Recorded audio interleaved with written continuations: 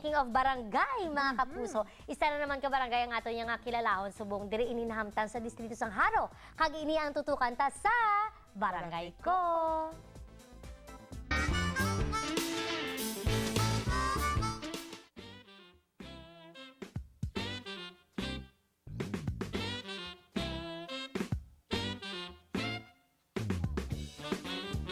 Ngayong aga mga kapuso, ako si Dominic, taga Barangay Dungon ay Haro.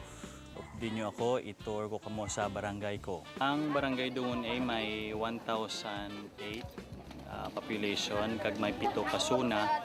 Kalabanan nga pangabuhian dising mga tuturan ko is business, mga luto, baligya, utan, isda, sa sari-sari nga business. Dason mga amay dire nagasikad, simple lang kabuhi diya. Dason matawhan ari mga reminders ni samon mga residents sing ilaman nga part na to, of course, to help sang barangay, of course mauna sa basura na of course hindi ipaghihaboy ang mga basura kundi indiin lang may mga MRF centers kami na pwede nila mahabuyan sang ilang basura. Tapos, ang ikaduwa nga reminder is, of course, nag-remind sa mga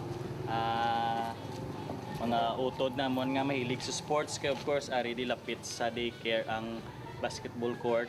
So, gina-observe gid nga dapat kung may klase ang daycare. So, i-avoid gid na yung hampang. So, after sing class, so pwede na sila kahampang. Okay, ari pagid another nga reminder naman sa mga utod or mga kapuso namon nga mahilig sa smoke, magpaaso, magpainit-init gamay. So i-lessen lang So hindi man gid nga budlay man na nga ikwaon ang smoke. So i-lessen lang gawa ang smoking nila.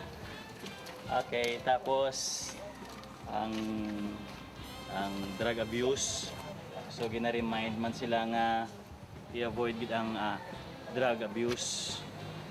And ang curfew sa mga minors namon nga mga kabataan, so gina-implement gid from 9 PM sa gabi pakadto sa 4 AM sa kaagahon. Mamuning amon nga butika sa barangay, so diri kami nagabakal sing mga bulong sa barato lang gid nga presyo para of course maka-avail man ang mga kauturan nga medyo kubos. Mga kapuso, amo ni sa ang evidencing Bagyo Frank pasang 2008. So hasta na diri ang baha. So may may bakas kumbaga.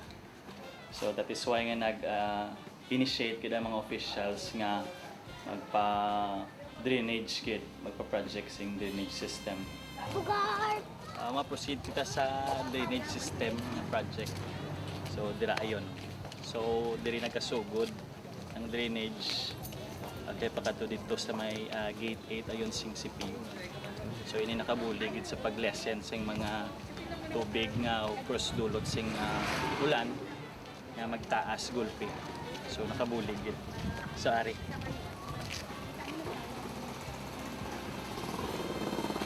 Ini ang amon nga bago nga barangay road. Dati ang alagyan ni footwalk lang gid do mga amon sa kagamay subong tungod sa effort man ni kapitan kag sa mga barangay officials naglapad na of course nami nga access sa mga students nga may eskwela pakadto sudod sa CPU. Ang isa sa pinakadako nga eskwelahan diri sa Iloilo, ang Central Philippine University, napahamtang man sa Dungon A. Of course, wherein nga diri man ko gawa tudlo. So part sa sing barangay Dungon A. Isa sa mga proyekto sang barangay amo ang Clean and Green nga out of 42 barangays nag first place kami. Kag hindi lamang mga bulak kag mga ornamental plants ang ginatanom but mga vegetables man, mga herbal medicines or herbal plants nga pwede magamit nga bulong nga makabenepisyo sa mga naga-enlisted diri. Madamo nga salamat sa inyo nga pag-upod sa akon sa paglibot sa akon barangay. Hoping nakakuha kamo sing mga insights kag ma-inspire man kamo sa achievements sa akon nga barangay. Ako gali si Dominic Indriga, proud ako sa barangay ko.